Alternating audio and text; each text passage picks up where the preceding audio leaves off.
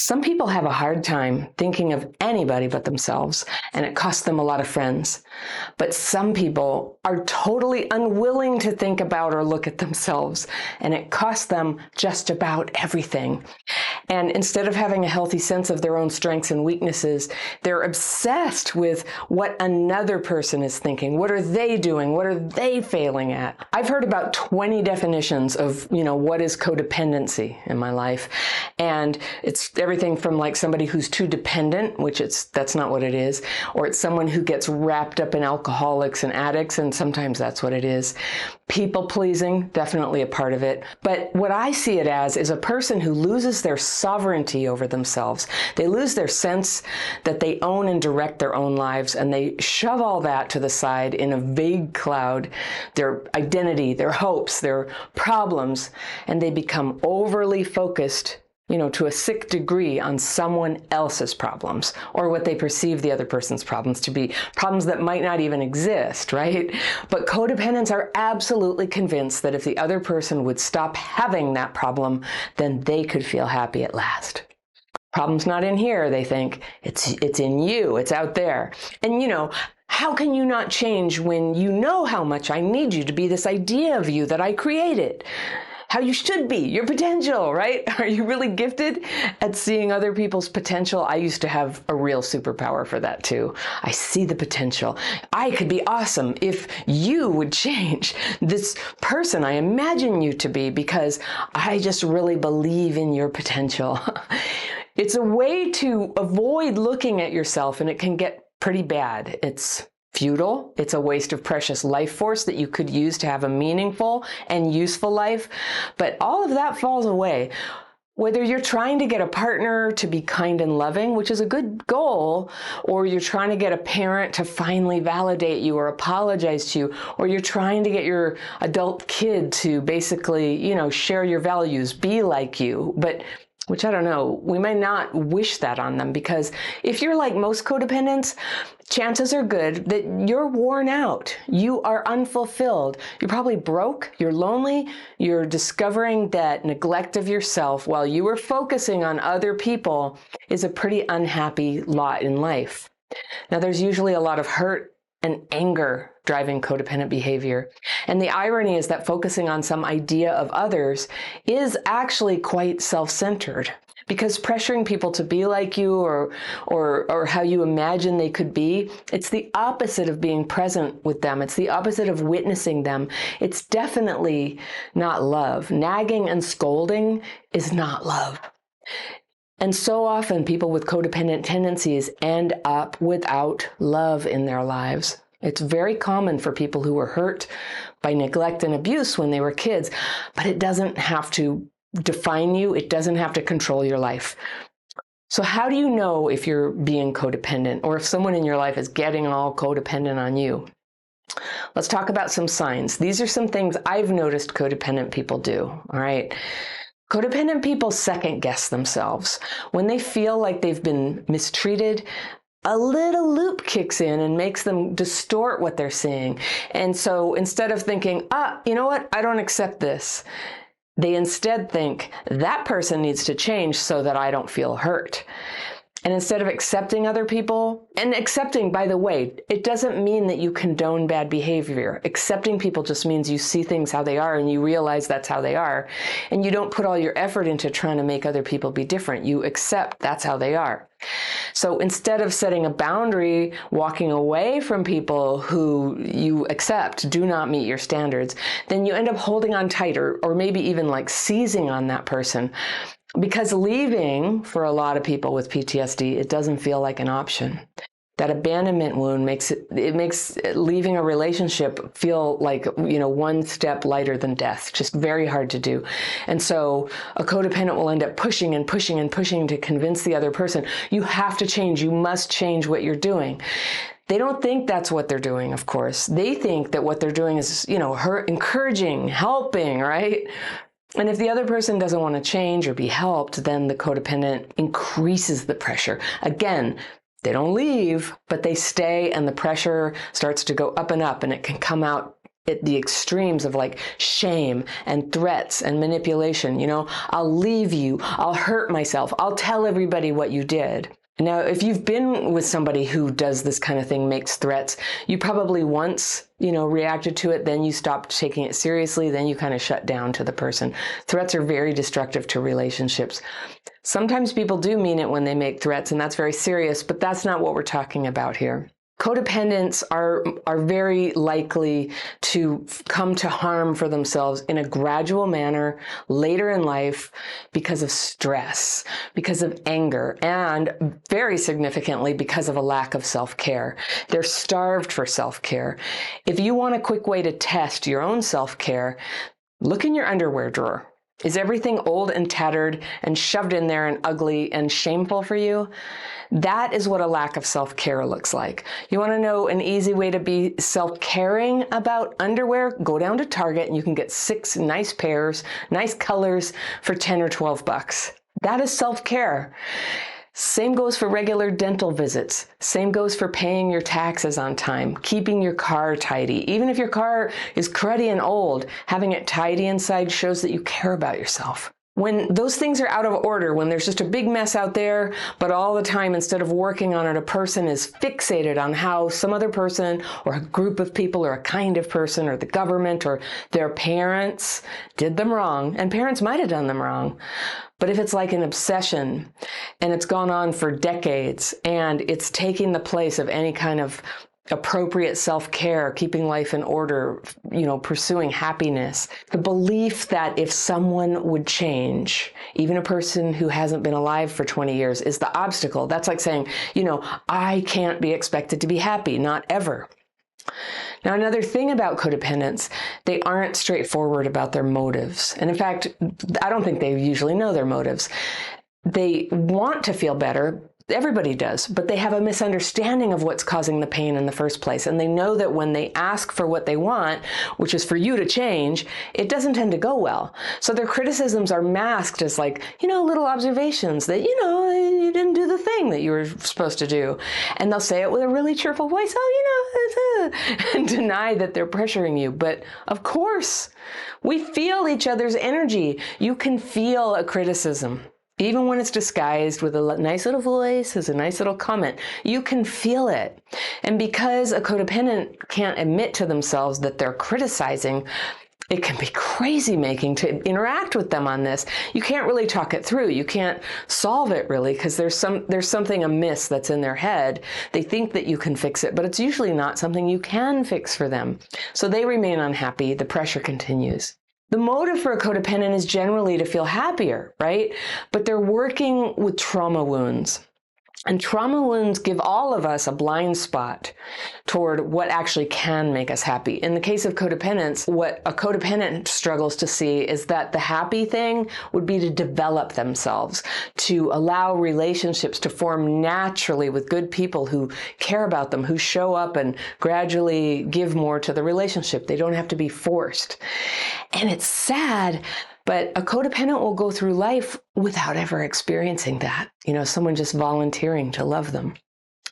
So instead of forming happy relationships, codependents will often attach to dysfunctional people, which offers the opportunity when they're feeling that sadness and emptiness to have something come in and sweep away that sadness. And it's that little fixer engine inside of just like, somebody with a problem. I know what to do. I know what to do. I know what to do. And that feels good for them. They feel the energy of it, and it distracts them from everything that's missing in their own life. Now, what's missing in a codependent's life? What's missing is love, connection, financial stability, a vision for their own future. They wait for another person to come along and define those things for them. And if it's not looking good from the outside, it still has something they can use, the dysfunctional relationship, because it's an opportunity for them to throw their energy into another person's problems rather than to sit there with that energy and face themselves about what's missing and, begin to do something about that. A codependent likes to feel like the responsible one, the wise one, the poor suffering one who holds everything together, even though people have almost never asked them to play this role. But it's how they find meaning. It's a substitute for meaning. So another thing about codependence, the importance they place on seeming to have it all together is huge. And it often prevents them from connecting with people or asking for help when they need help. And I've had my own bitter experience with that, my pride, just feeling uncomfortable asking for help. A codependent finds it hard to admit personal failures and worries, things that most people feel from time to time when they're feeling down. Thoughts like, I'm not really sure anyone really likes me, or I thought I'd be further along in my life than I am right now. That's pretty common. But codependents can't go there. They feel pain, they feel anxious about those things, but they'll only be able to see it as something that someone else did or failed to do. They feel like all their relationships just happen to them. They have a hard time seeing that they signed up for most of their relationships. And it's so understandable how a person could develop this aversion to seeing themselves fully. Codependence starts in childhood when external problems may have been so extreme that the person never had a chance to focus on their own life. Or in a lot of cases, they were neglected badly, or, this is a big one, criticized by parents, like to the death. And they had to buffer themselves from those thoughts that they were so bad just to get through it. And then, like the rest of us, there's a need to undo those survival strategies. You can thank your survival strategies for getting you through childhood. You had to figure out some kind of genius to do that, but now it no longer serves you. Survival strategies, if they're getting in the way, it's just time. It's time to start healing them. Codependents feel frustrated a lot of the time, though, because they feel so ineffective. They don't get people to change. Their life projects don't tend to turn out. And when they express themselves, what they say tends to be more what they believe will be effective at making others care or change. There's that distortion, that loop going. So they struggle to just say what they think directly and honestly, and then so they don't get what they want.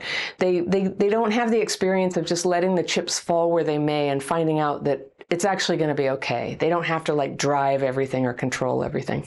You might want to try that sometime, just to express yourself honestly. I'm not talking about hurting people, but just say how you really feel about something and then just let everything, see what happens. Just see what happens. And I'll tell you that in my experience, it was a long time ago, very early when I learned my daily practice, the techniques that are very calming that I teach everybody.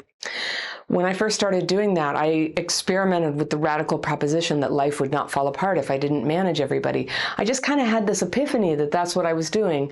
I was so afraid that everybody was leaving me that I was kind of working them all the time. I was always being slightly unreal with them, trying to charm them or convince them or guilt trip them. There was always something going on with me. And then I just decided, I don't know, if they're going to leave, they'll just leave. And I just kind of relaxed and I was myself. And you can imagine, you can guess what happened. People came a little closer. It wasn't perfect, but it totally turned the tide on what at that time in my life had been like a big retreat from people. The tide was going out of people in my life.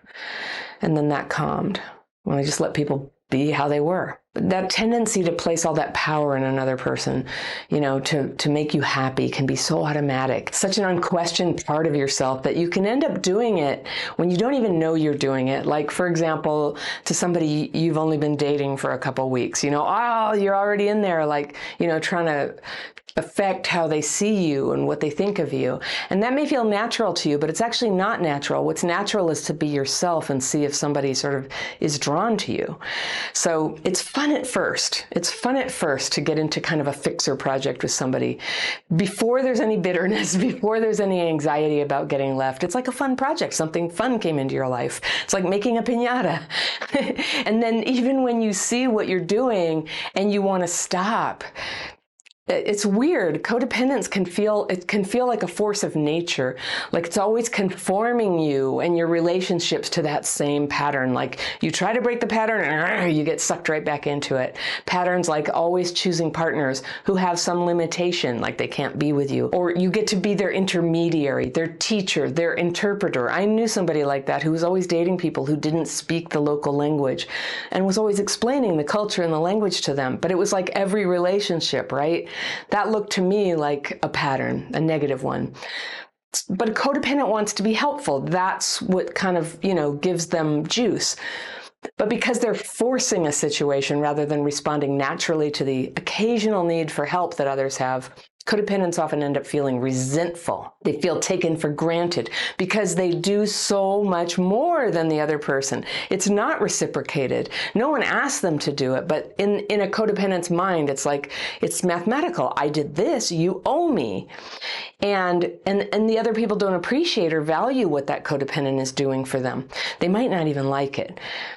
The codependent can't see this is their project. They weren't asked to do this. They're the ones who wanted to be seen and to feel themselves as like the hero, the one who understands, I understand you, the one who defends the underdog, the one who makes excuses for them because, you know, they're just so empathic and kind-hearted and codependent. And this gives a codependent, you know, that feeling of like helping and saving people who can't help themselves or who they think can't help themselves. You know, it gives a sense of purpose. It's an identity, at least for a little while, because, you know, why is that necessary? Because there really isn't that identity in there. They never got a chance to develop it when they were little. And it makes it way too easy to settle for something that's not really any good now. So codependence is not a happy way to live life. It often brings on health problems, money problems, problems on the job. You try to show what a good job you can do, and it never gets appreciated. That's how it works. That can happen because of other people. That's possible, but it can also happen when a person isn't able to be self-reflective and acts like a busybody or a critic or gets controlling with other people. That doesn't lead to success on the job. It's not a good energy for working with the team. It's like having an addiction, though I'm not sure that codependence and addiction are really the same thing. It's subtle, it's hard to put your finger on. And like all forms of emotional healing, trauma healing, recovering from codependence requires just an astonishing capacity to face honestly what's happening, to tolerate the unfolding of life in all the ways that you can't control, that you couldn't see before, that sometimes is a little unpleasant. You might not feel good about yourself in certain cases, but you need to be able to tolerate that and look at it and go, okay, yeah, I did that, and I'm interested in changing. To heal, you need a way to be able to see what's happening in your life, where you may be forgetting to care for yourself, or you may be dumbing down your integrity as a person, you know, or throwing all your energy away on some project person, hurting your relationships. You can use calming techniques that make it safer to just face where the problem might be. Is it someone in your life? Is it you? Is there something you want to change?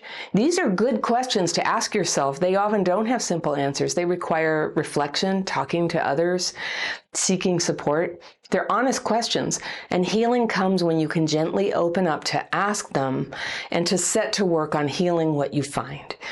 Now, you can learn my calming techniques in my daily practice course. It's free. It's pretty easy to learn. It takes less than an hour to learn it and try it. It's always accessible through the links in the description section below. When people use the word codependent, what some people mean is that you're in a relationship with someone with an addiction, or they mean that you're just kind of dependent on another person. But codependency is really much more specific than that, and it can be much more soul-sucking than a lot of people realize for both the person who's acting in a codependent way and the person they're sinking their codependent teeth into. And I know that's harsh, but if you are in a codependent relationship, and especially if you already have had a life of trauma, I want to strongly encourage you to get clear about what you're doing and do everything you can to heal it. So how do you know if you or your partner are codependent? Here are some behaviors that characterize codependency in relationships, and you can see if they apply to you. I'll tell you what they are, and then I'll come back through and talk about what you can do. But here's what it looks like. One is codependents second-guess themselves when other people mistreat them. And instead of setting a boundary like walking away, which is where you would genuinely not accept bad treatment, a codependent will try to make the other person change, like again and again and again. All right, number two is if the other person doesn't change, the codependent will generally increase the pressure. And as this pressure ratchets up with threats and you need to do this and telling you what to do, and if you don't change this, it can get very ugly. But of course, it still doesn't end after that. Number three is codependents are not straightforward about their motives. They often don't know what their motives are. things can get very tangled in the codependent mind, with a lot of cognitive dissonance between the picture they're trying to paint for the world and to their partner and how things really are in the relationship and within themselves. Codependents will tend to express themselves with things that are more what they believe will be effective at making others care or change, rather than expressing themselves directly and honestly and allowing the chips to fall where they may. And this can limit their ability to know what's true and what they actually want. Number 4 is, like everyone, codependents want to feel happier, but they're working with trauma wounds that give them a blind spot toward the situations, the changes that can actually make them happy, which would be more in the realm of developing themselves, allowing relationships to form naturally with good people who care about them. So they're not focused on that. Number 5, a codependent is waiting for another person to come along and give them the love and connection and financial stability and the vision that they want for their own life that they don't have for themselves. They're waiting and waiting because it's just not something that they generally can generate. So there's this weird quirk where instead of, being self-determined and envisioning what they want and going for it, it loops into this other person, and then they try to get it from that other person. And it usually never works. So they'll often attach, this is number 6, to dysfunctional people, which gives them the opportunity to play the role of the fixer. It's a powerful instinct that fires up to fix, and this distracts them from all that's missing in their life. They're not doing this consciously, but that's definitely the result, is they're not getting what they want. They're just, this fixing energy is just sending all of their willpower just out towards something else, towards somebody else. All right, number 7, codependents like to feel like the responsible one, the wise one, the poor suffering one who holds everything together, even though people have seldom asked them to play this role. Have you done that? I do so much for you, and you don't do it back. But is that what anybody asked you to do? That's something to check in yourself. Because for a codependent, playing that role, the wise, long-suffering advisor, it's how they get their sense of belonging and how they get their sense of meaning. But it's not actually what's going on. It's a role. All right, number 8, the importance that a codependent places on seeming to have it all together often, prevents them from connecting with people or asking for help when they need help. There's just this huge, need, the look good, it's called. They have a look good, and it's a barrier. So number 9 is, they find it hard to admit personal failures and worries and things that most people all feel from time to time, like, oh, I feel like hardly anyone genuinely likes me, like a big self-doubting thought like that, or I thought I'd be further along in my life than I am right now. Like, is that something that you ever admit to other people? Because a codependent doesn't want to admit that to other people, can't really get in touch with that feeling of self-defeat or worry, right, about themselves. Number 10, they will generally describe their pain as something someone else did or failed to do. And you will have this hard time when sometimes I ask people when we bring them into the coaching program, can you tell me what you want to heal? And they can't. There are certain people who they can't answer the question, how would you really like your life to be? And they can't answer the question, what would you like to heal? That it tends to be a story about other people and what those people did. My mother did this and she did that, and my partner is just so this and that. And so the whole problem is described, what they want is described as, it's just like there's this whole narrative that comes up about somebody else. And that's, it's very obvious right there when somebody cannot describe what they want, what's been going on right there. We all have had problem people in our lives at times, and it can be very energy consuming, worrying about them, hoping they don't just drag us down into their problem. Okay, fair enough. But a codependent has a really hard time seeing that they signed up for that relationship. We sign up for most of our relationships, and that those relationships, they're just not like something that happens to you. So number 11 is, a codependent confuses themselves with another person, or more specifically, another person's problems, focusing entirely on trying to solve the other person's problems rather than solving their own problems and accomplishing what they want in their lives. That just becomes their whole mission, is like, I'm going to get that person to change. So number 12 is they deeply believe that if the other person changed, they would be happy. And they do this even when the other person is someone they've only dated for a short while.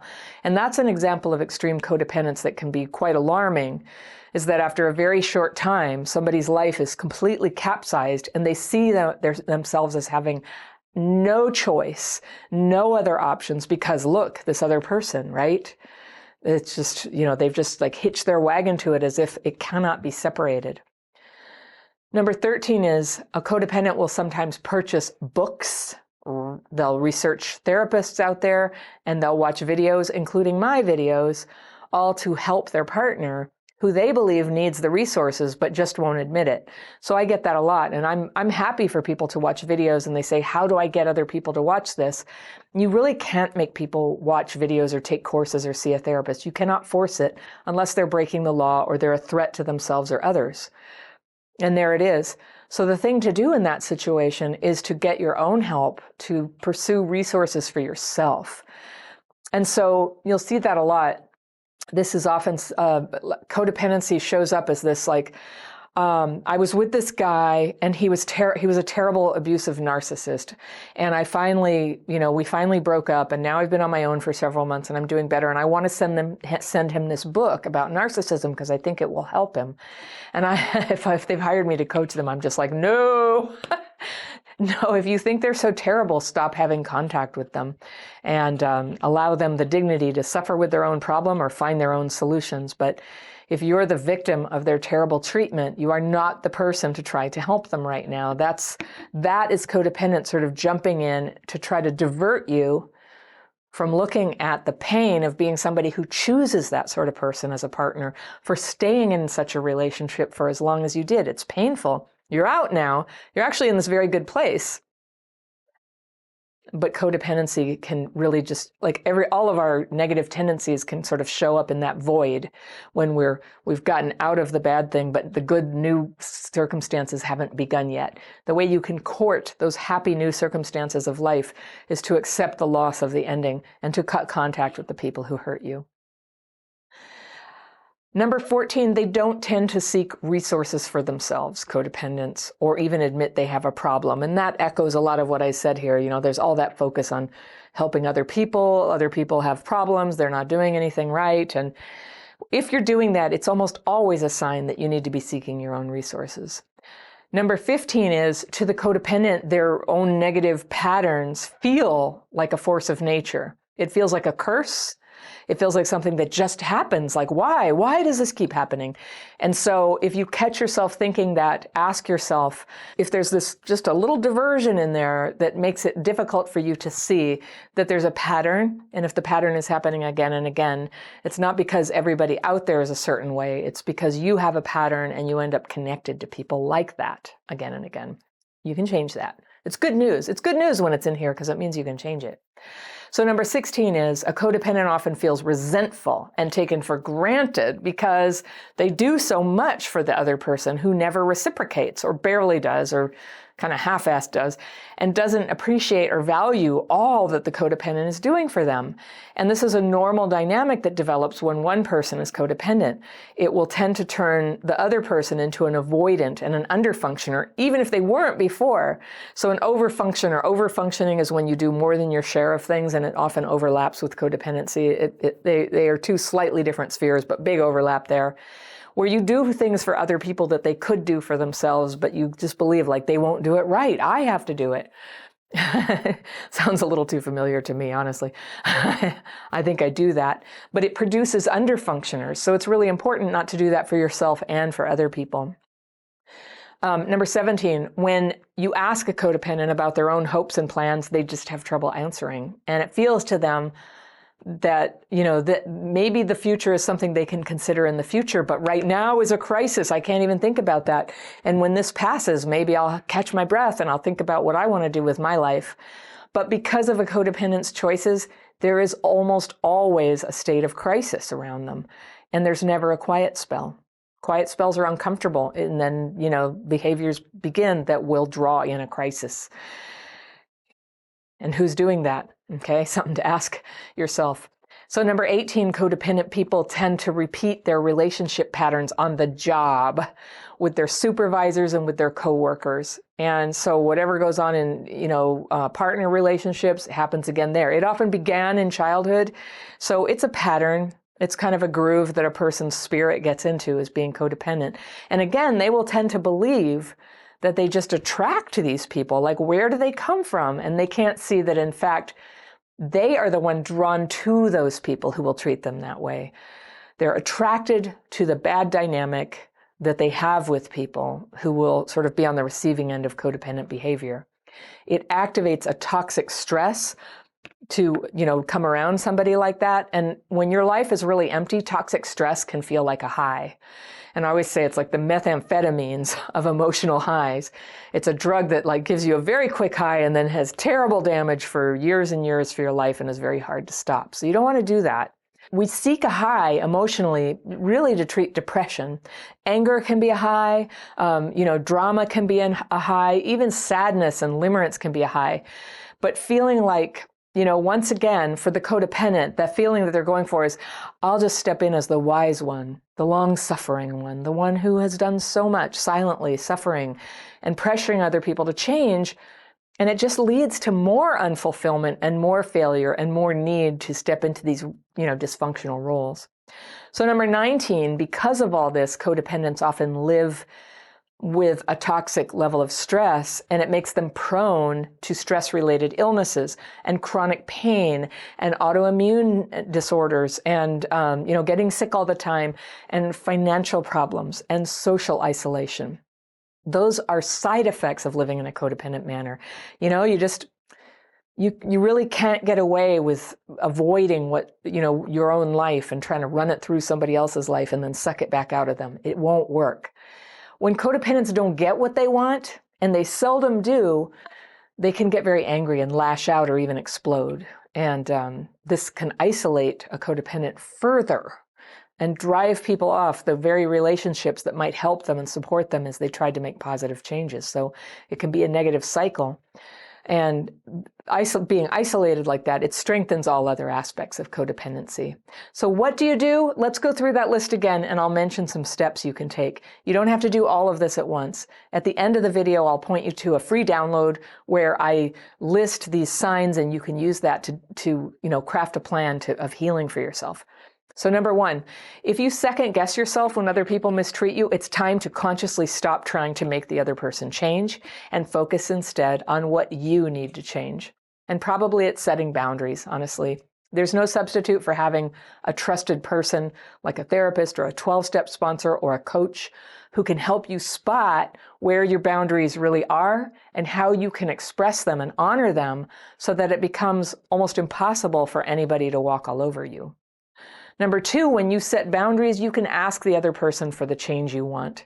But if that doesn't happen, when you feel the urge to increase your pressure on them to change and make you happy, take that as a cue that it's time for you to do your work, that you need to change so that you can be happy. Maybe you can change within the relationship, or maybe it's so far gone that you will need to step away from the relationship to work on this. You don't have to figure that out instantly. Once you start focusing on yourself and working to bring your focus back to yourself, the answers will come naturally. Number 3, pay attention to whether you can express yourself in a straightforward way, not with hints, not with role playing or expecting somebody to read your mind, not as a helpful critic, that little, I just had a little thought that might help you. But can you say directly what is bothering you and what you want from another person? Now, keep in mind, they're not obliged to become who you want them to be, but you get to ask and you get to find out how they respond to that, what they can do, what they blow off and won't do at all, what they will do. And the more you can tell the truth about what you feel and what you want, not with pressure and anger, but just saying as a fact, I feel really worried about the fact that you're not working, and I'm getting resentful that I have to bring in all the money for everything we need. That is straightforward. It's not, honey, I think you'd be happier if you started working again. It's not your job to tell them what would make them happy. It's your job to be honest about yourself. And when you do this, you may not get the answer that you want, but you'll see what the relationship is made of, and it will force you to face reality. And who knows, reality might be something that you end up liking better than your imagined version of who the other person was supposed to become for you. But it will help you get to know your own mind, your own heart, and that's a good thing. All right, 4, you want to really ask yourself what you need to be happy. And you might not know. You have to rule out the requirement that someone else change too. That's my rule for you. That's a fantasy that you're pressuring them with. You might be right that it would solve problems for them, but it's not happening right now. So it's so important that from that place in reality, you're able to imagine and envision what it really is for you, because it's possible to be happy whether anyone else changes or not. And I know it's complicated sometimes. I know people can create problems, but it's possible. And your happiness depends on taking responsibility for that and taking action on it for yourself. Like everyone, you need some joy in your life, and you need relationships with a few good people who care about you. And this tends to be what makes people happy.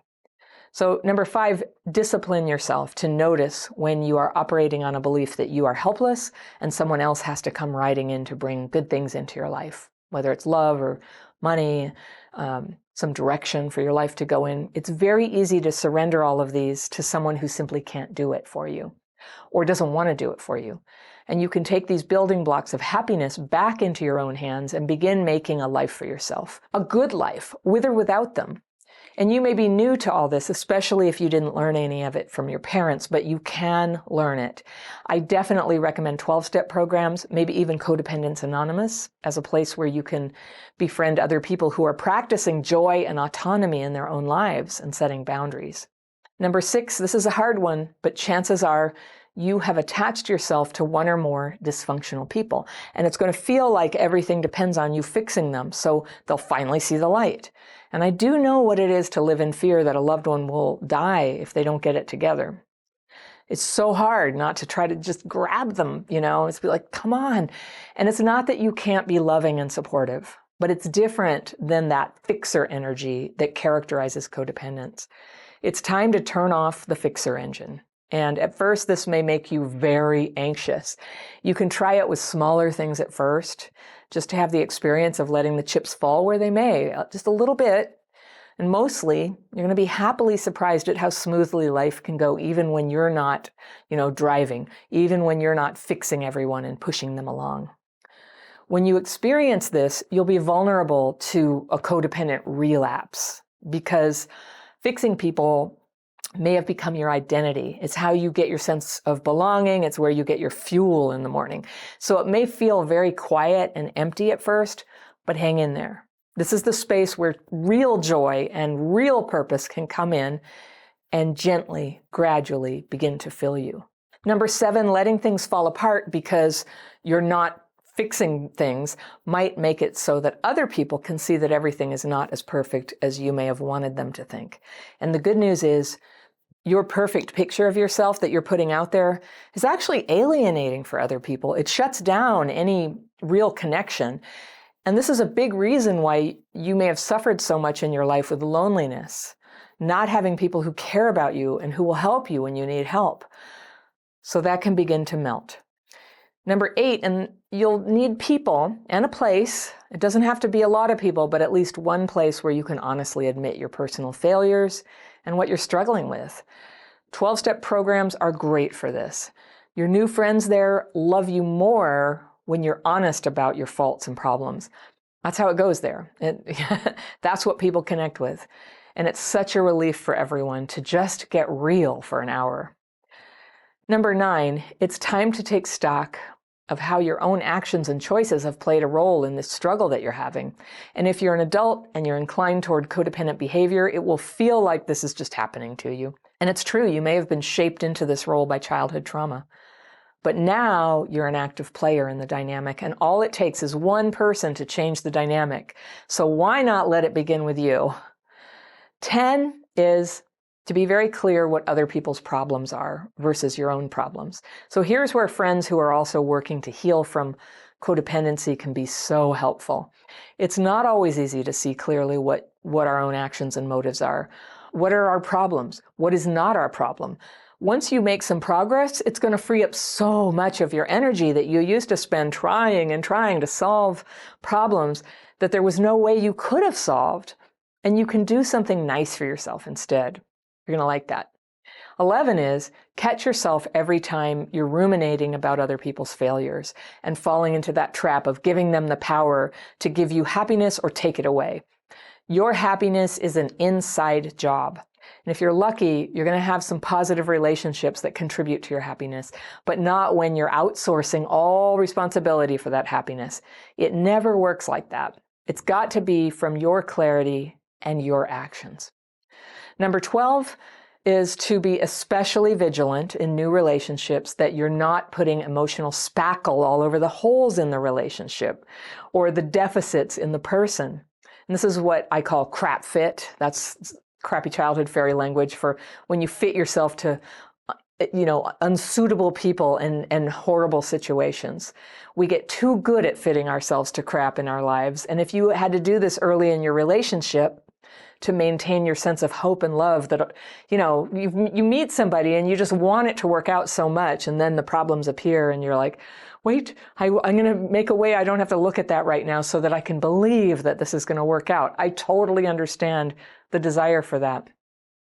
But this is your time to connect with your healing friends and get very honest with them and get their support to get back on your path and use your senses to determine, is someone a good match for you or not? So 13 is, if you find yourself buying books or contacting a therapist or offering to pay someone to get help, you know what that means, right? A, you're doing it again. And B, this is your cue that you need to help yourself. It's a weird loop that the codependent mind does when it needs help. It tries to get someone else to get help. Help yourself. So 14 is take seriously that you need the books and therapy and courses, and just keep your focus inside your own hula hoop, as we say. Keep it on yourself. When you heal yourself, it will tend to have a positive effect on other people in your life. And that is your best chance at actually influencing other people. If you don't really know how your healing is supposed to go, sometimes just taking one little step into that healing will start to open your mind and reveal to you what the problem is. So it's always worth putting your toe in. 15, remember, this sick and draining dynamic isn't just happening to you. You're not cursed. You're not doomed. You're just operating with codependent tendencies, and these can be healed. 16 is to deal with all your resentment. And if you tell me you're not stuffed with it, I'll just have to invite you to let it in. When you spend all of your life energy on someone else and you didn't get that energy back from them, it's a ripoff. Of course you're angry. Of course you do more for them than they do for you. And it feels like a ripoff. But the thing is, you are the one giving it all away. You're stealing from yourself. And it's totally normal when one person becomes the fixer, the other person becomes the slacker. And it sucks, right? It sucks the life out of you. And the only way that stops is if you stop your part in the dynamic. 17 is, it's time for you to flesh out a vision for your life. And when you've withdrawn from living from crisis to crisis, you'll have extra energy and maybe even a sense of emptiness. And that's hard. That's a little hard pause right there when you feel empty after the crisis passes. That is a perfect environment for you, though, for your vision to develop. Sometimes in a context of a little bit of depression and pain is when it comes to us. But you have to give it a chance. You need solitude time. You need time to reflect. You need time to try things. And it's bumpy at first because you're addicted to not looking at your life. But very quickly, this time of quiet and opening up to your own agenda for your life begins to show you choices. It begins to fill you with hope. So 18 is to ask yourself if your codependent nature is also draining the joy out of your work. And yes, you can begin changing this dynamic. And if you don't have the power yet to do that, you can try changing the job. 19 is, and this may sound extreme, but it's realizing the consequences if you continue to live at this level of unfulfillment and toxic stress. This is not who you were meant to be, forcing things all the time, feeling disappointed and exhausted and alone. You need and deserve love and support. 20 is, don't wait to make these changes. Don't let it get so bad that you lash out or you burn bridges and sacrifice your money and your stability and your happiness. Healing can begin right now, today, and I promise you, one small step can make such a happy difference. And that next step just sings in your ear, inviting you forward, and it feels good. Growing up in an atmosphere of lies has a terrible way of damaging your ability, even in adulthood, to detect lies and deceit coming from the people around you. It's bad enough that without a working BS detector, you quite often end up surrounded by dodgy characters who are eager to take advantage of you. But the worst of it is they take advantage of your wobbly boundaries around your heart. And it's often quite easy to manipulate a person with PTSD from childhood just by pouring on some love for a little while. Have you ever had this happen? When they stop being loving, were you able to block them out of your life? Or have you had the painful experience of responding to rejection and mistreatment with more obsession, more fantasy, and more belief that somehow you need to give them more? My letter today is from a woman I'll call Alma, and she writes, "Dear Fairy, I was married to the father of my children for 18 years. I discovered 7 years ago that he had been a sex addict throughout the entire marriage. I had known he had an issue with drugs, but the sex addiction discovery came as a complete shock. 3 very traumatic years went by, and eventually we divorced as the addiction issues were not going away. During this time, I was lucky enough to get into a 12-step recovery program for codependency. This program saved my life." I'm going to use my fairy pencil. I'm going to circle things I want to come back to when we do the second reading, but let's read Alma's letter all the way through, and then I'll go back and see if I can help you, Alma. Okay. "I tried to do my healing work the best I could in the context of 12-step prayer, living a healthy lifestyle, etc. Fast forward to 2020, and I decided to take an opportunity to go and live in Africa. I know part of this was my adventurous spirit, but part of it was driven by the trauma of my divorce and the loss of my father the following year. I was in a different country with a new culture and language. I was somewhat gullible, partly due to my CPTSD. It was at this juncture I met the most dashingly handsome guy who seemed like my dream person. We started to have the most fantastical, passionate love affair. He declared his love for me and had asked me to marry him, but after just 2 months, he very quickly lost all interest and started putting me through the most brutal and devastating devaluation cycle. It became clear very quickly that all he wanted was money from me. At this point, I was so trauma bonded, addicted, and completely insane that I would give him money whenever he needed it. If I ever refused, he would punish me by withholding affection or giving me the silent treatment. In fact, after the first 2 months, he gave me even less than crumbs and stopped all sexual intimacy. He was sloppy in terms of his other relationships with other people, mainly younger girls in their late teens. He's 43 and I'm 53. The last time I slept with him was a year ago. Even though I ended the relationship, if you could call it that, I initially remained polite and said hello in the street when I saw him, as he lives in my neighborhood. However, last summer I went no contact when I realized he was a narcissist and possibly even a psychopath. He had spent 10 years in prison on and off for some very bad crimes. I've not spoken to him in 9 months now, but I see him on the street almost every day. I'm planning to move back to my home country in 3 months. What I now know is my father was definitely on the narcissist spectrum and was a sex addict. My mother was painfully codependent and treated so very badly by my father. I have pretty much repeated their marriage in my relationships as an adult. I also know I suffered deep abandonment wounds as my parents handed me over to my grandmother when I was 4. When my parents were around, they were not emotionally present. Both my parents have passed away, and I've made peace with what they were not able to give me. However, I'm left with a residue of trauma, and specifically CPTSD. I have 4 children, one who is severely autistic.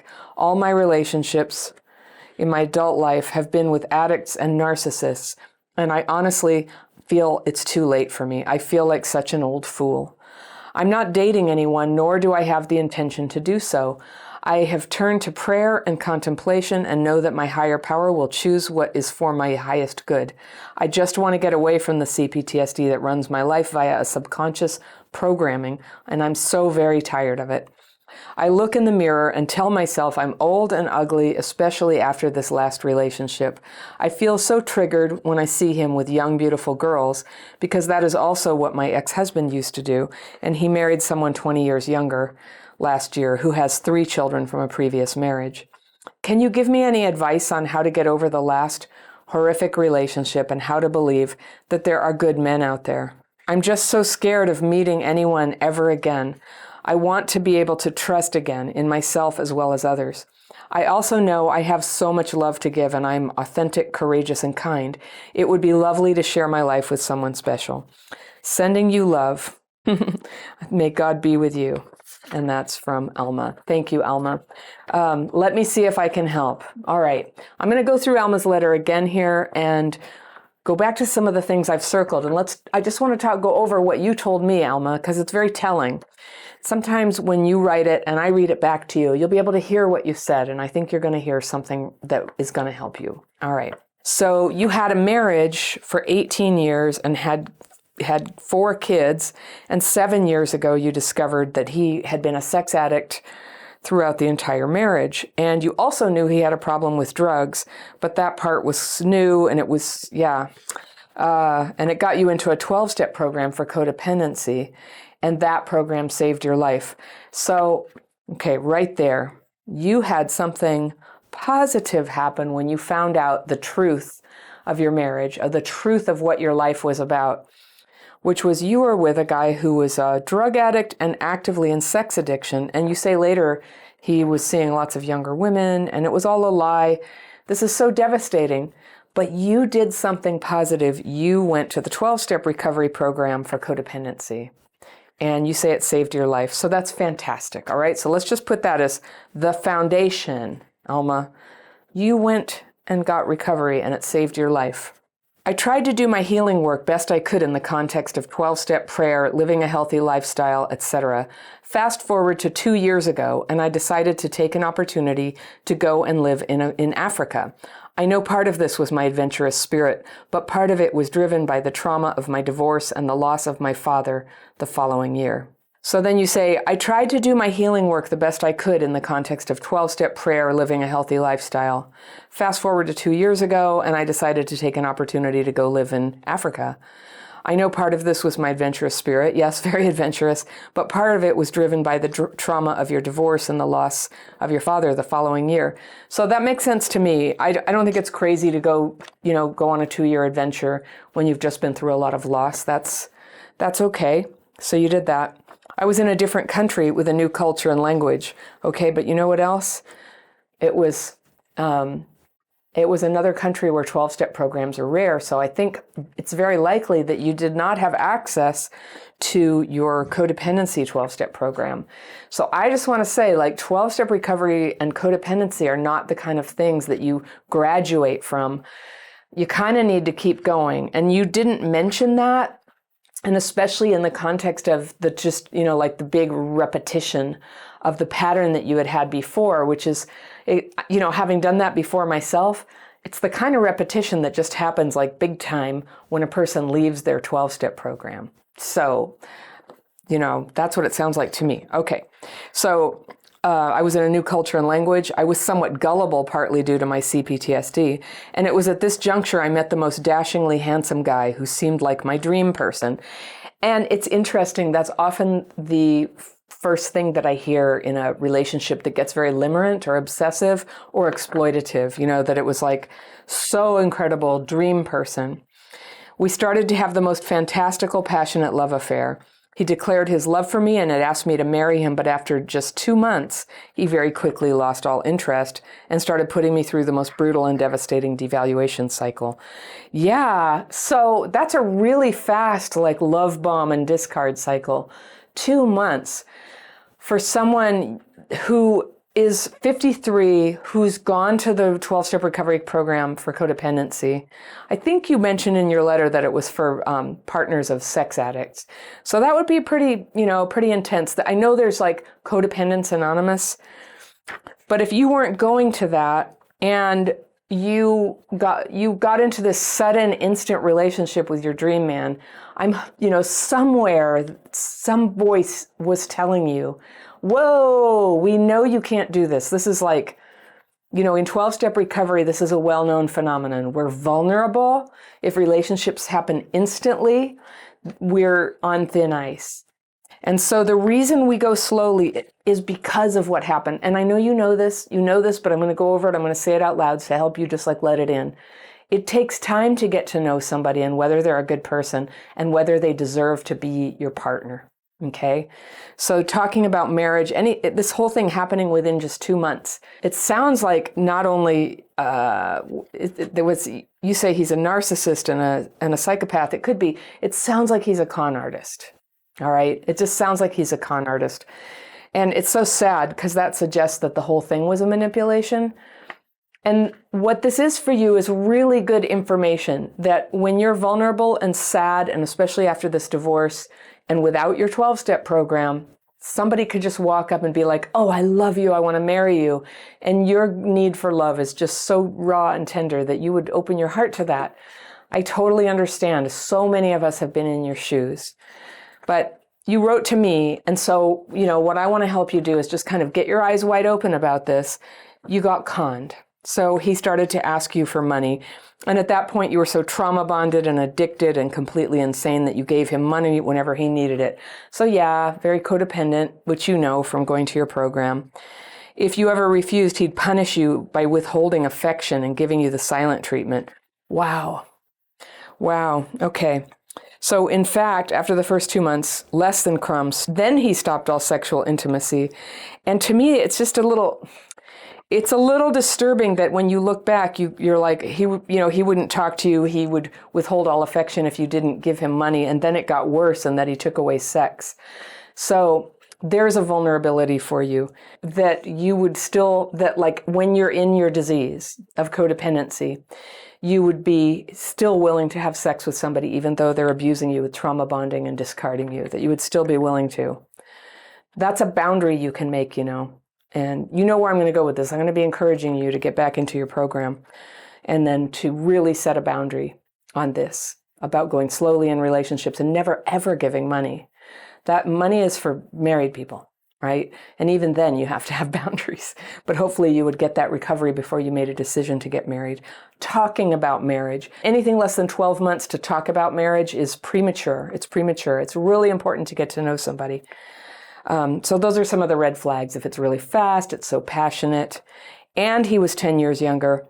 And that is a red flag because while it's not unheard of that younger men, older women combinations will form, it's a really common pattern for con artists and catfishers is for a younger man to, just fall madly in love with an older woman. And because we're vulnerable, we can believe it. They make us believe it, right? Okay. So the last time I slept with him was a year ago. Yay. Even though you ended the relationship, you were polite to him at first and said hello when you saw him, as he lives in the neighborhood. However, last summer you went no contact, and when you realized he was a narcissist and possibly even a psychopath.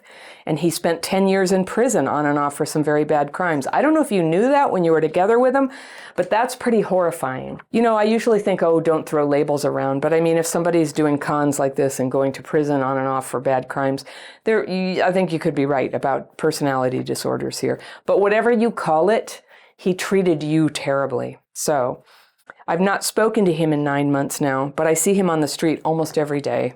I'm planning to move back to my home country in 3 months. Oh, get out of there. Yeah, you've had your adventure. And sadly, the little town where you've got yourself settled is completely tainted with what happened. And I think getting out of there is just lovely.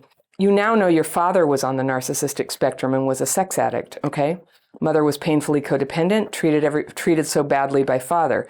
I have pretty much repeated their marriage in my relationships as an adult. That's okay. That's okay, Alma, because, that's what we do. That's why we're healing. That's why we get into recovery. It's really normal to repeat the pattern. It's okay. I also know I suffer deep abandonment wounds because your parents handed you over to your grandmother when you were 4. Yeah, it's so hard. That'll do it. That'll do it. And then the abandonment wound will make it feel impossible to leave a relationship even when you know it. You're in the middle of a nightmare. It's very hard to leave. I totally understand. When my parents were around, they were not emotionally present. Both my parents have passed away, and I've made peace with what they were not able to give me. However, I'm left with a residue of trauma and specifically CPTSD. That's okay. That's normal. So you have 4 children. One is severely autistic. That's kind of a big thing. Severe autism. I take it this child doesn't live with you and was back in your home country while you were in Africa. But all your relationships in your adult life have been with addicts and narcissists. And honestly, I feel it's too late for me. I feel like such an old fool. Okay, so I know you say, I feel like it's too late for me, but later in the letter you said, I want to know there's good men out there. So I think you're worried, you're fearful it's too late for you, but you're also hoping. So let's deal with the hope. I'm going to plug into your hope that you would like to have a nice relationship one day.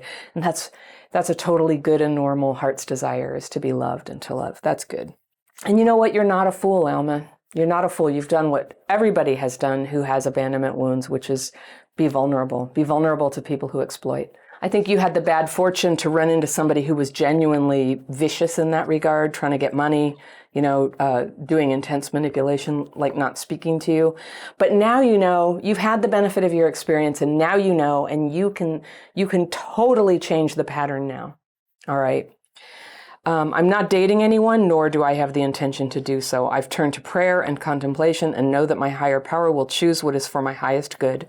I just want to get away from the CPTSD that runs my life via a subconscious programming. I'm so very tired of it. So you came to the right place. What we do here is we learn to change that subconscious programming. The number one tool that I teach everybody is the daily practice technique. Anybody who wants to take it, it's a free course. You can learn and try it in less than an hour. And it's linked on the free tools page of my website. That free tools page is linked in the description section below. So it's there for everyone. And hundreds of people get into that course every month. And I do free calls. I help everybody, learn to do the techniques properly. And so many people write to me every day saying how much it's helped them.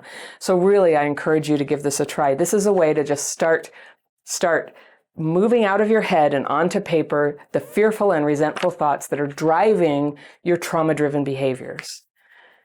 Trauma takes different forms. Some people experience it in the body.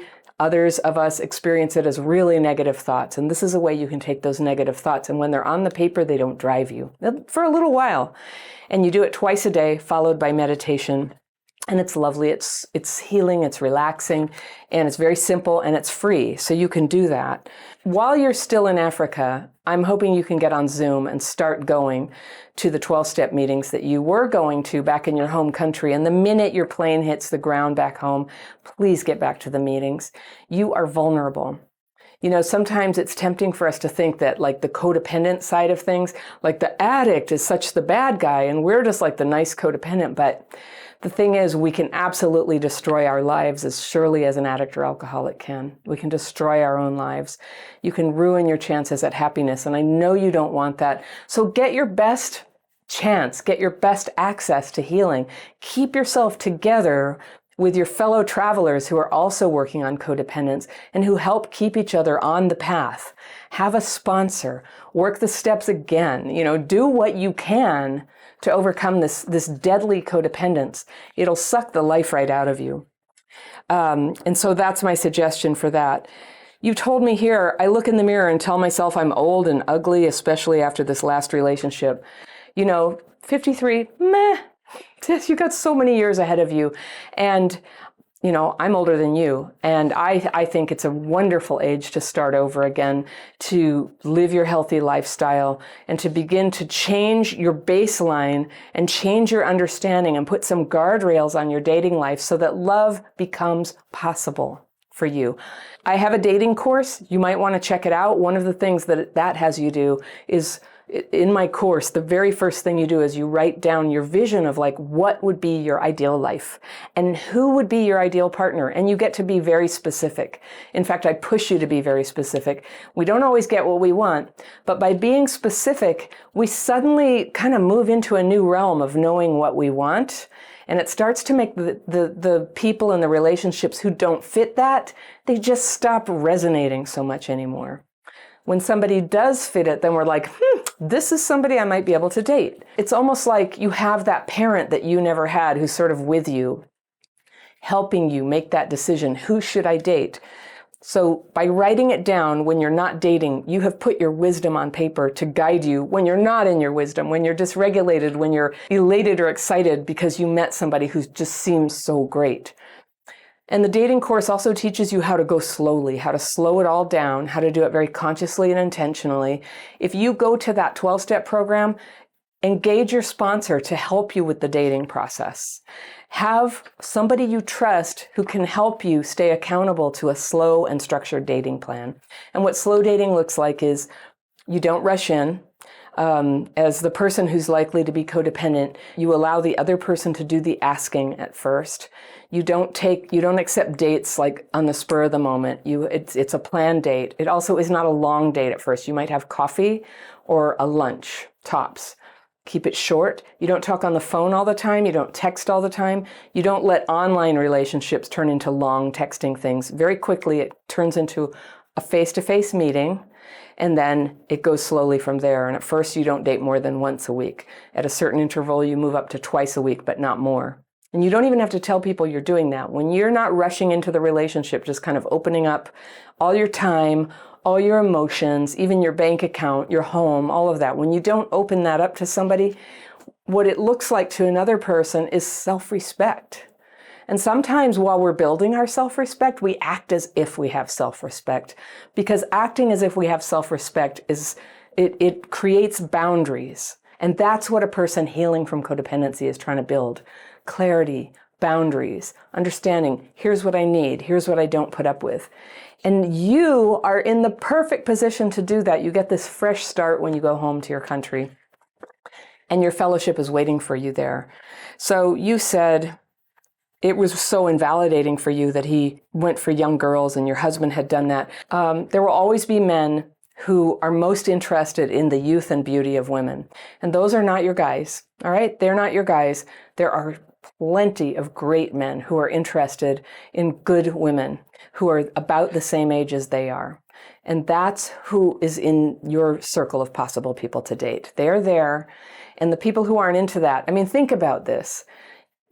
Nobody's going to fall in love with some fake version of you. So who you really are with all your experience and the lines, that's who you are. And that's who gets to be loved. And yes, people our age do get to be loved, and people much older than we are get to be loved too. So it starts with a self-acceptance of where you are. Really, this guy who's a con artist who tried to get money and who's always involved with teenage girls, I know you know this, but I'm just saying it out loud. Obviously, there's something terribly wrong with this picture. I'm so glad you're getting out of there. It's toxic. So then you told me, I'm just so scared of meeting anyone ever again. I want to be able to trust again in myself as well as others. So I think you'll be able to trust other people more when you have learned to trust yourself. And how you're going to learn to trust yourself is by acting with integrity, setting up boundaries, and letting in mentorship from someone like a sponsor who you can check your decisions with before you decide anything. Because otherwise, with the codependence running underneath and the CPTSD, you're just going to be vulnerable to impulsive decisions. And sometimes all you need to do is tell the truth about what's going on. Like if you find yourself in a dating situation where you feel like you have to hide what's going on, it's shameful to you, then you know, red alert, and that's where mentorship comes in. So if you like, you can also come into the dating course. We have coaching for dating. We have programs here. Whatever you do, become active in putting your recovery first. You are so worth it. Sometimes people acknowledge being codependent very lightly, as if it's just a small thing. And it's true, it's possible to be just a little bit preoccupied with another person and slightly lacking in awareness of oneself. But this cognitive imbalance can grow into a life-consuming monster, especially when it's combined with trauma bonding. Now, when love is given and taken away again and again, it can drive a person with codependent tendencies to almost completely lose their sense of reality. Has this happened to you? You lose yourself. When people ask if you're taking care of yourself, it sounds like dumb psychobabble. And you come to think that no one can understand the urgency and the complexity of this other person who keeps hurting you. And you have to keep secrets because you know on some level your behavior looks crazy to other people. And it feels like you're on a mission to break through to this other person. It feels like redemptive love is just around the corner if you could just get over this one last hurdle, their addiction, the fact they say they don't care about you, the obvious signs that their self-destruction or outright abuse will destroy your life and that it's in fact dangerous. You think these hurdles are just things other people worry about, but that you know better. And you think any minute now, the beautiful moment will arrive when all this trouble is cleared away and you can be safe and seen and cherished at last. And I know what this feels like, and I know where it leads. So I want to talk about the deadly mix of codependence and trauma bonding in the language that someone who's in the middle of it will understand. My letter today is from a woman who I'll call Casey, and she writes, "Dear Anna, for a year and a half, I've dated a man off and on who has a liquor/alcohol addiction." Got the pencil here. I'm going to be circling things I'm going to come back to. I'll read all the way through those so that we can just get a feel for what's going on with Casey, and I'll see if I can help. All right, year and a half off and on dating a guy with a liquor/alcohol addiction. However, he can still treat me horribly with beer, a lack of sleep, stress, or of lately, me setting boundaries as I learned to do. I've been putting up with it. The hot, cold, Jekyll and Hyde, love-bomby, discardy, quote, relationship, because he said things like, "You're saving me. You saved me. I want to heal you." Something that you, Anna, referred to in another video as exactly what the woman in that letter wanted to hear, and the guy knew it. And also, the guy that I like, says Casey, is so damn funny and intelligent. If only he could use his manipulation tactics for good, I hear myself saying often. I hear that you have a sense of humor in there, even if it's not funny. The best things he said are trumped by, "I want to beat you to death in your sleep. If I were to cheat, of course I wouldn't tell you, but I'd know." All of which he denies. "I didn't say that," he'll blast, followed by a 4-day rocky period from him if I bring it up. Due to my codependent and currently mushy and unsure nature, I'm still in the thralls of this person. However, it's getting worse, despite less time together, and his best friend in the whole world just had a seizure last week, and the CAT scan disclosed a quarter-size cancerous tumor next to the most important life-giving nerve. He may die during surgery, which is soon. He may never speak again if he lives. He may never be the same, and certainly his family situation has already been drastically affected. It's a scary and sad time. However much I want to be there for my ex or boyfriend, very unclear here. However much I want to be there for my ex while he's there for his precarious friend, he has become increasingly hurtful, rude, and has begun throwing things like wrapped food, fiddleheads and wontons last night at me, yelling, swearing, and trying to really show everyone around, like neighbors, how unsupportive and dramatic I am by yelling things like, "Don't touch me," when I try to calm him. He'll yell that my shaking is fake, that my tears are crocodiles, and that I'm manipulating everyone into thinking I'm a victim. I don't talk about this to anyone. I only have one friend and she has a family, and the time we spend together, I'd like to be positive. Oh yeah, and he removed a condom twice without my consent.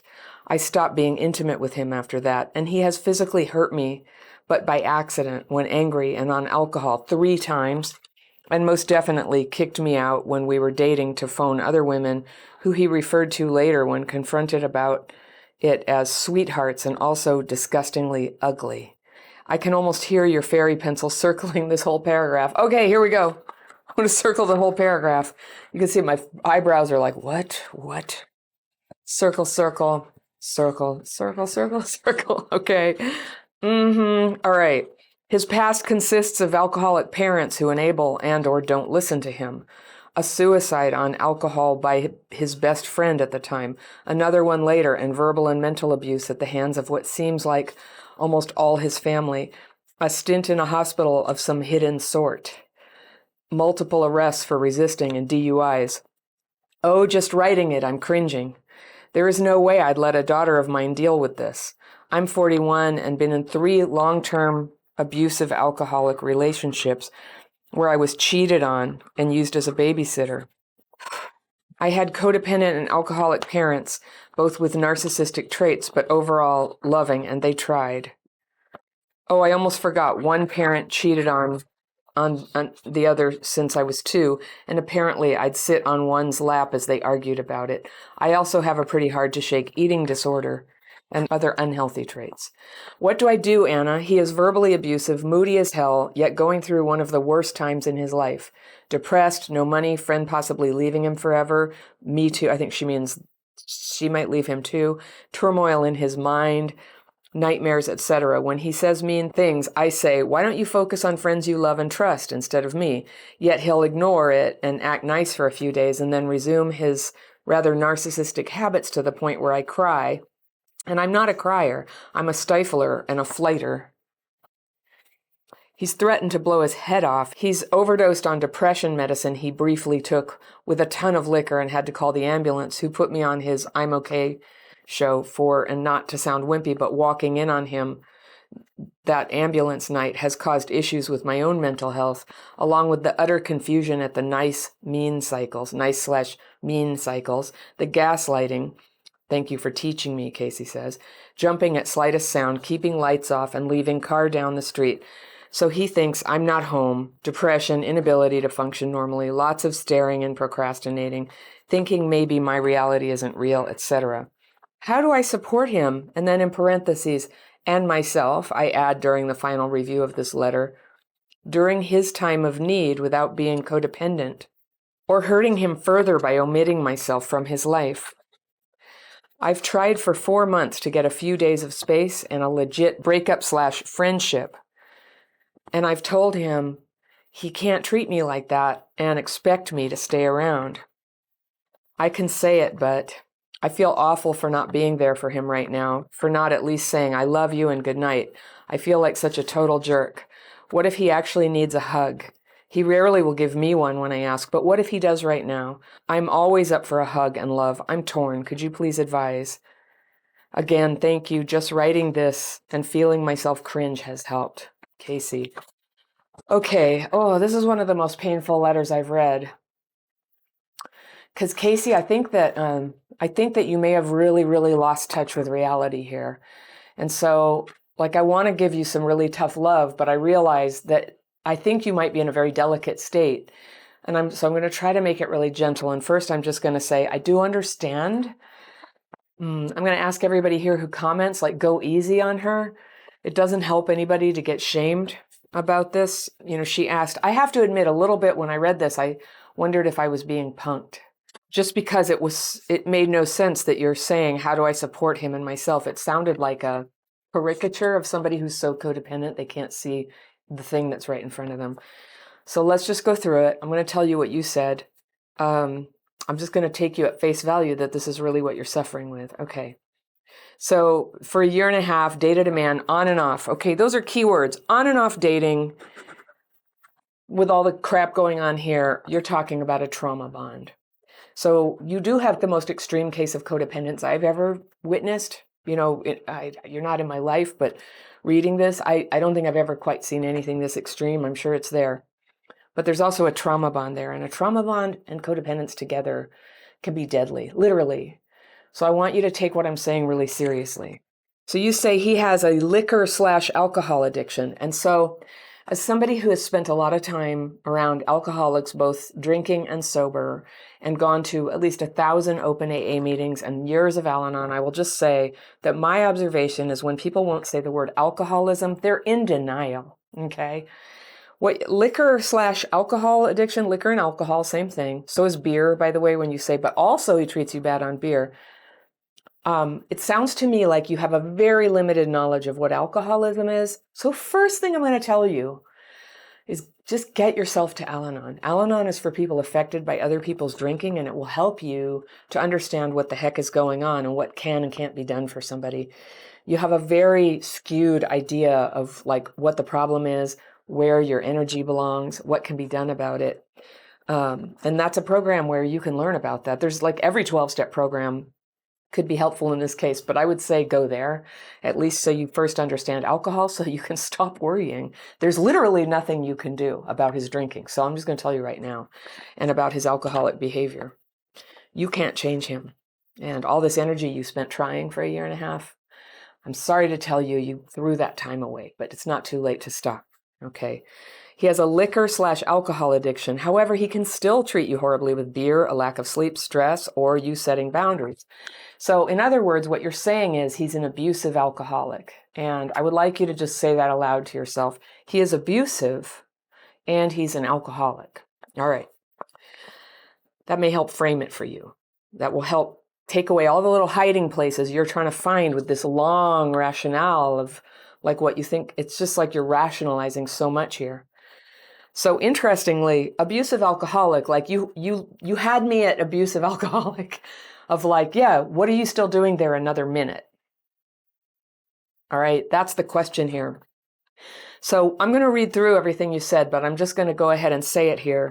95% of what you wrote is about him. You wrote about 2% about yourself and about 2% about his friend who's dying. And you had a lot more detail and awareness of suffering of the friend who's dying. And for yourself, you were just like, oh, eating disorder, and I'm kind of codependent. And you glossed right over who you are. And you know, if you've watched any of my videos, you know what's going to happen, Casey. I don't even care about this guy. I care about you. You were writing and asking for help. And what I'm going to tell you is all about getting all your focus and getting it right onto yourself on the one thing where you have the power to make a difference. You can't do anything about this guy. I know the fantasy. You know, I started out this video talking about, I know what it's like, just one last hurdle. If I could just get him to understand this one thing, you know, that this love is waiting for you. But that is your childhood trauma telling you completely bad dreams. It's just a bad dream. It's just this idea like that love is here. It couldn't possibly be anywhere else. It's here and you just have to fight this battle and win it. I know what it's like. I know what it's like, but that's what I'm for here. I got the pencil, I got my big mouth, and I give you the tough love and just, I read your own words to you. Okay, so you said, hot and cold, Jekyll and Hyde, love bomby, discardy, quote, relationship. And then he says, you're saving me. I want to heal you. So yeah, those are codependent seduction lines, really. Oh, it's working. You're saving me. Well, I just want to point out, Casey, you haven't saved him. And I'm just sort of being silly here, but saying you've done a terrible job of saving him. He's a mess. You failed. So it's good. You can quit your job now. You know, it's not going to work and it couldn't have worked. So don't worry. That idea that hook that you could save him, you know, I'm pretty sure it comes back. I think I had that, you know, I always felt like if I could be loving and nice enough, the person who was angry and suffering and mean and cruel to me, that they would come around. And there's, you know, that's like a legend in my mind of something that can happen. And it's like hitting your head against a wall. It's a very sad thing because all the love that you were ever going to get in life, you've just sacrificed it to just keep trying to get it out of this like terrible, ugly graffiti wall of crap. You know, there's no love here. All the love that you were going to get, you already had from this guy. And now it's just grief. It's grief and cruelty. And some part of you thinks you can shut that down. You can close your feelings off. You're being heroic. It's like, that's just, your trauma is just lying to you. And it's lying to you pretty bad. You know, I'm hearing just little hints of awareness here. When you say you're cringing, you can hear the fairy pencil. Like, you know, on some level, this is like, it's not real, what you're pursuing here. It's not real. I don't hear any evidence. Even if this guy, like, all he ever did was say he loved you, his problems are too great. This is not, you know, you don't have a big commitment to him. It's just somebody you've been seeing and sleeping with. That's all it is. And it's somebody who's treated you terribly and who's been unreliable and brought pain and drama. And you're saying you've had 3 now, abusive alcoholic relationships. So I just want to bring crystal clear into your mind. The problem here is you. The problem is your attraction to these terrible people who treat you badly. There's some kind of, some people call it repetition compulsion. Some people call it masochism. It doesn't matter what you call it. All that matters is that you stop it. You stop it at all costs. But I'll go through your letter. I'm just going to help you keep hearing what you said. You said that he alternated these things with, you saved me and I want to heal you. He alternated it with, and he's funny and intelligent. And you thought if only he could use his manipulation tactics for good. That is a codependent thought if I ever heard one. If only he used his giant cannon for good, whatever. Can't be done. That's not what cannons are for. They're not for good. They're for destroying things. I hear myself saying often, the best things, he said, are trumped by, I want to beat you to death in your sleep. Girl, I think you got to get out of there like right now. I think you have to get out. When you hear words like that and your denial is thinking that somehow they're kind of outweighed by when he says, I'm going to heal you. Has he healed you? Are you healed? Or you've described to me the symptoms of somebody who's in a constant state of complete deterioration, anxiety, and delusion. I don't think you're doing very well. Okay, so when he says, I want to beat you to death in your sleep, out the door. And there's a telling thing here later. I'll get to it. You also said he said this stuff about cheating, and then he denies he said it. That's what they always do. Don't worry. 4-day rocky period if you bring it up. So then you trained yourself, I won't bring it up. I'll pretend it didn't happen. I don't want him to be mad because I might hurt him and I got to help him. Just calling you out here, Casey. This is quite serious. So due to your codependent and mushy and unsure nature, I'm still in the thralls of this person. However, it's getting worse despite less time together. Okay, it's getting worse. There's your sign. All right, there's your sign. Out. It's getting worse. You know what happens in abusive relationships as they're getting worse? They escalate. They escalate to something worse, and you must be out of there. It's just, okay? I almost never give direct hard advice like that, but when I hear somebody in danger, I'm just saying it. Out. Cut off all contact. This is like time to go to a women's shelter if you need to. Time to get serious help every day from people who understand, okay? So you're saying, I'm still in his thrall, and this thing about his best friend having this medical problem, and I just like, okay, his best friend has a medical problem.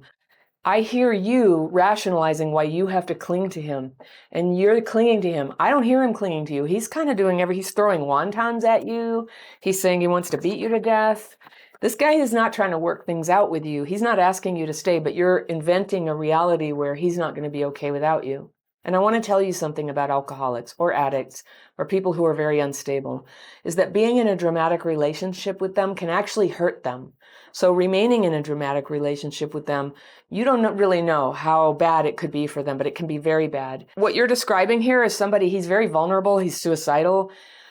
Girl, he could die, and you do not want to be the agent of drama bringing that to him. You are not his source of comfort. Everything you're describing here is just like a huge drama, emotional violence, horror show, relationship. It's not good for him to be part of this. He's not in a state where he can extract himself. You haven't been in a state where you can extract himself. This is like Sid and Nancy here.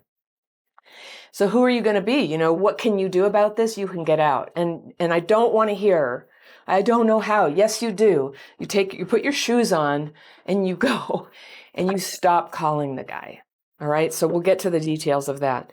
So you say it's a very scary and sad time. Not for you. It's a scary and sad time for a friend of a friend, this guy. Then you say, however much I want to be there for my ex, and you say ex and boyfriend, it's all mixed up, right? There's no boundary here. There's certainly no commitment. You want to be there for him while he's there for his precarious friend, his poor friend, if that's all he's got to support him. But I don't even care about those people. We don't know them. They're not asking for help, and they're not even asking for your help. So he's become increasingly hurtful, rude, throwing things, yelling, swearing. And this is where I think you're getting a little bit like distorted thinking here, trying to really show everyone around like neighbors how unsupportive and dramatic I am by yelling things like, don't touch me when I try to calm him. So I just want to tell you something. When somebody's upset, it's legitimate if they don't want to be touched. Your interpretation that he's trying to show the neighbors how unsupportive and dramatic you are, I'm just going to say that's a projection of your fear. You think that if you don't get in his good graces, you have failed to be supportive and calm, that you're being unsupportive and dramatic. And truth be known, you hanging on to this relationship with all of this kind of wild energy of like, you're going to fix it, it is unsupportive. It is dramatic. He doesn't need to show the neighbors anything. So he thinks that your behavior is manipulative, and codependence is manipulative. I'm not trying to like take his side or anything. He sounds really like such a big bummer that he thinks you're trying to manipulate everyone into thinking you're a victim. I think you have classic behavior of thinking like he's the designated patient and you're the reasonable, helpful one. That's what we do. That's what I have done when I've been in a somewhat similar situation. It's a delusion that we're just doing such a great thing for somebody, but actually we are right there in the trenches being just as whack, you know? It's a big mess. There really is no way out of it except, you know, sometimes by intervention, if you have friends to intervene. You told me I only have one friend. That is so normal for somebody who's in this type of relationship, an abusive relationship, one friend, and you don't tell her. You claim because you're trying to keep it positive. You're not telling her because you're trying to be nice or something. But I know why you're not telling her. You're hiding. You're hiding how messed up everything is. And I know this. I've been there. You know, like I know, because you told me, you read this to me, and you have this veil of anonymity on you, thankfully. But now you can hear this from me. You know, you're hiding because you're ashamed. Because anyone who could see what you're doing can see that you're doing a terrible thing to yourself and to your life. Anyone can see it. Okay. And I say that with all the love I can say of having been that girl. I've done that and I hid from everybody. And it's horrible because what happens when you're in an abusive relationship, and I mean a relationship where abuse is occurring, like I just don't see you as like, I just see you as having infinite choice not to be in this situation, but you're attached to an abuser and you're abusing yourself in effect. And when you're doing that, you're blotting out all friends. What's going to happen is when all of this falls apart, and it may have to be him who ends it if you won't, it'll end because he died, or it'll end because he finally does something so bad that you can't possibly go back, or he won't have you back. Like if that's what it's going to take, because that's what trauma bonds and codependence together create, it's like an impossible escape. So if that's what happens, you'll be there at one of the worst moments in your life needing a friend, and you don't have a friend, and you were hiding from everybody what was really going on, having a fake relationship with them. This is where having CPTSD starts to get extremely dangerous, because when you have CPTSD and you have no support or nobody you can be honest with, your mind can take the trauma and kind of spin it up into something more than it is. This is where things can get violent. They can get where people like try to like publicly harm each other, make everybody think things about them. And I'm just going to recommend to you, because you wrote, I think you're like, you know, you're drowning and you're reaching up. And my hand is here going, come on, honey, Casey, it's time to come out. It's time to come out. And it's going to feel like withdrawal at first. It's going to be really hard. And your CPTSD and your codependence will, and the trauma bond will go like, I have to go back. I can't possibly feel okay on the planet Earth unless I'm back in this thing. And your mind will tell you, it's not because of me, it's because of him. He needs me. Oh, he'll die without me. It's just like, I'm just telling you right now, that's not what's really happening. This is what trauma brain tells you under these circumstances. And so there have to be other people helping you. And every time you go there, they can help bring you back. Now, hardly anybody, and especially if you've been in an abusive relationship, I'm going to bet you're not in good financial shape. I'm not hearing that you have a therapist or anywhere to go. So here's what you have. You have 12-step groups. They're free. They happen every day. You'll be very welcome there. What you're going through is so normal for somebody who grew up. You had an alcoholic and codependent mom. There was cheating, and they held you on their lap while they fought about it. You know, if I were a little girl and I were sitting on a lap with parents fighting about infidelity, you know what I would do? I would disassociate and I would pretend everything was okay. And that's what you're doing now. That's what you learned to do so well. And it's good you learned as a child, because it helped you survive that and have a spirit intact. But now is the time to stop that behavior. You don't dissociate, you stay present. You go, ow, when this person is abusive to me, it hurts and ruins my life. I will take myself out. When you were a kid, you couldn't leave, but now you can. So I'm just talking sense to you. I totally know what it's like. trauma bond and codependence together. I totally know what it's like. Like your mind will not admit that that's good, and physical symptoms will come on. You'll have headaches, your body will ache, you'll be exhausted, but I promise you it will pass. If you know that that's coming and you can go, oh, this is what it is, it's withdrawal, because we are physiological beings. Our trauma wounds are at the level of our nervous system, and trying to govern our nervous systems is a lot what drives us into these bad relationships, because it's so, it can be so deadening and so depressing to not have that dramatic stimulation going on. And so sometimes a dramatic relationship, that's what feels like. It feels big, it feels like fireworks, it feels like love. That's what we knew, right? But it's not love, it's drama. And in your case, it's abuse, drama, addiction to the relationship. That's what the trauma bond is. So it's okay. And just like any addiction, it's not your fault. You didn't ask to have this wound happen to you. It's not your fault. Your symptoms are very, very normal for a girl who that happened to, who grew up to do this. So I want you to just see if you can detach a little bit from the shame and acknowledge, yeah, it's going to hurt. I'm going to go through withdrawal, and then line up your support to make your exit. I promise you this relationship is not getting better. It's not going to turn into the love you crave. And the love you crave is possible for you, but the longer you stay in an abusive relationship, the more healing is going to take. Like, let's say you had a year of healing before this relationship. Now maybe you have 2 years of healing before you can do it. Like, get out. Let's get on with the healing phase so you can move on to the happy phase and the love phase of life. Life is short. Actually, life feels kind of long to me.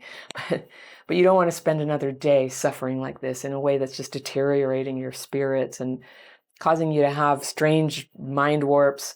Because one day you're going to meet somebody healthy, and you're going to want to have a nice, good mind and be able to show up with an open heart and clear thinking and worthy of that good relationship that you crave.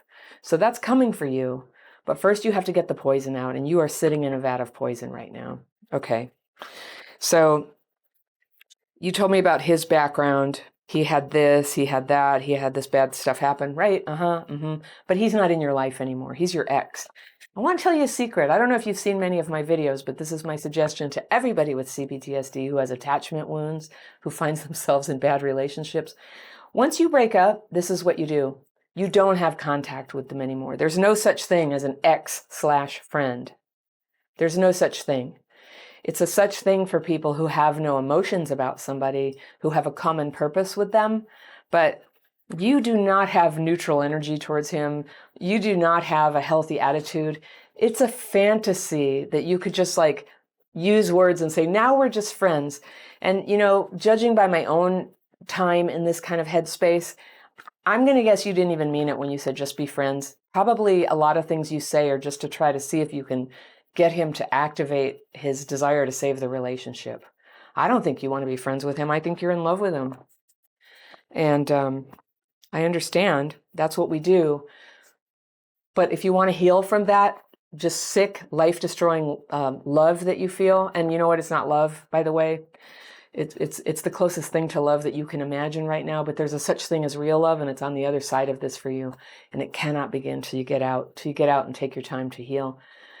And healing, people say a lot of different things about it. They say it's going to take a long time. And what always discouraged me as a person with CPTSD is people say, you have to finally face your childhood trauma. It's like, okay, I'm well aware of my childhood trauma. Well, how come I'm not better yet? I have never had luck just facing it or talking about it. I use specific concrete techniques. I work with my nervous system. I then take on the terrible life problems that I created for myself while living life with a dysregulated nervous system. And I teach that stuff. You can come into my program. We have an inner circle of members where people help each other and have Zoom meetings. And there's 4 meetings a day that people are leading just among the peers. And then I lead calls. There's stuff you could do. And if you have other things that you think might be helpful, check that out. Get busy.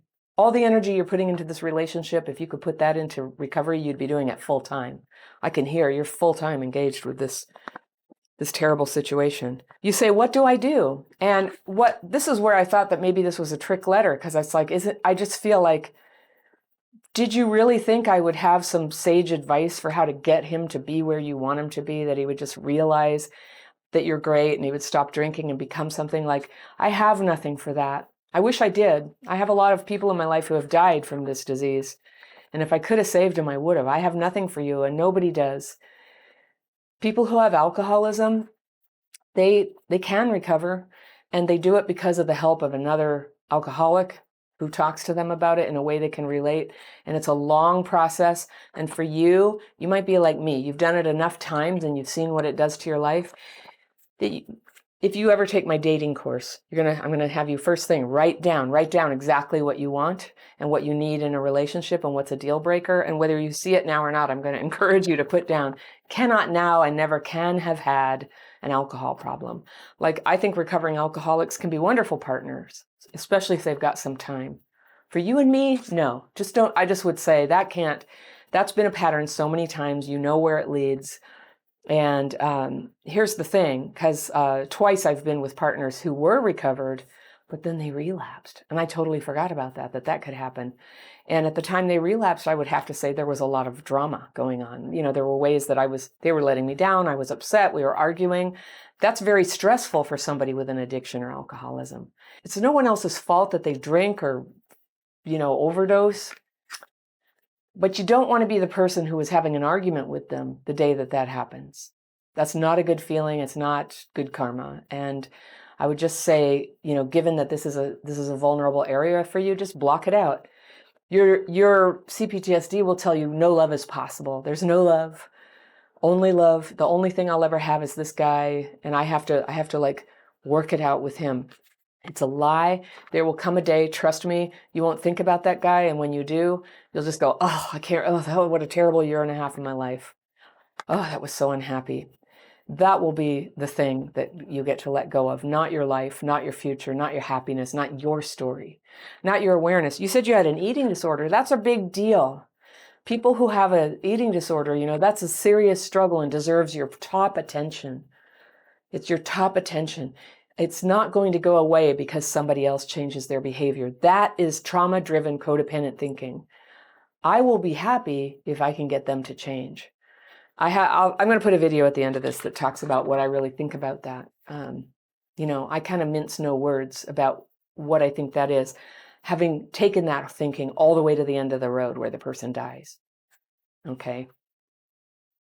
I'm trying to give you a cautionary warning here. Don't go there. Don't take it that far. You can get out now with a minimal of damage, and I recommend it. Okay. So, yeah, there's more stories. He says this, he says that, as if you're trying to convince me he's being unfair. Of course he is. He's awful. What a nightmare. Wow. And you say you're not a crier, you're a stifler and a flighter. I see that. That's how you coped with it before. That's how you're coping with it now. Stifling is deadly, though. That's how we crap fit and we accept abusive behavior, is just stifle the feelings about it. And then don't tell anybody. Whatever you do, don't tell anybody, because they're going to say what I'm saying. Girl, you got to get out, right? Which you don't want to hear, because right now your CPTSD believes, if you're like me, it's not fully conscious, but trust, I don't know, see if you identify with this. It feels like you will die if you leave the relationship. That's an abandonment wound doing the talking, okay? You're not going to die at all. You'd be fine. But you need love. You need love and support from women friends who understand what this is, which you can find in 12-step meetings, Al-Anon, or maybe sex and love addicts. So your question, there was this little irony here. How do I support him? I don't know if you, at this point, you've heard me say so much intense stuff in your face, but you do not support him. That is not your job. It's not appropriate. When you say that, that's when you sound to me like you've had a break with reality. You don't support him. He's throwing wontons at your head. Okay. He says he's threatening violence. He's throwing you out. It's just, you don't support him. It's not your job. You can't, you're ineffective. You're a terrible supporter. I think sometimes that's what got through to me, is when people would point out what a terrible job I was doing. If I believed that I was helping somebody keep it together, I sure had another think coming, because look at that person. They weren't together. So you're not good at this. So step back, take all that energy. You know who your job is? You know the answer, right? It's you. Your life is a mess right now. And this is a beautiful moment when you get to go, oh gosh, yes, this has been like horrible. I need it to be better. I need it to be easier. I need people. I need to feel hope. I need people to just say kind things and give me a little validation. So here you are. Welcome, Casey. Welcome, welcome to the beautiful warm waters of kind people who believe in your recovery and want to help you do it. But this is what it looks like. You can't start recovering while you're engaged in this trauma bonded, codependent, bad dream that all your energy has to go into saving somebody who's just going down the tubes. You cut off contact. You don't contact them at all. No explanation is needed. You change your locks, move away if you have to. I'm telling you, your life can't turn out well. If this is your third one, there's going to be a fourth one. Please stop now. Do whatever it takes. Change whatever you need to change about your life. Take some time off. Get public assistance if you need to. Get to the meetings. Like, put yourself first. For the first time in your life, put your healing first. Do whatever it takes to put your healing first and pop out of this so that you can begin to sprout like a little dandelion coming through the cracks in the sidewalk. There's just been this terrible period where there's so much you didn't say about your life, but I can imagine. It's hollow. It's not going anywhere.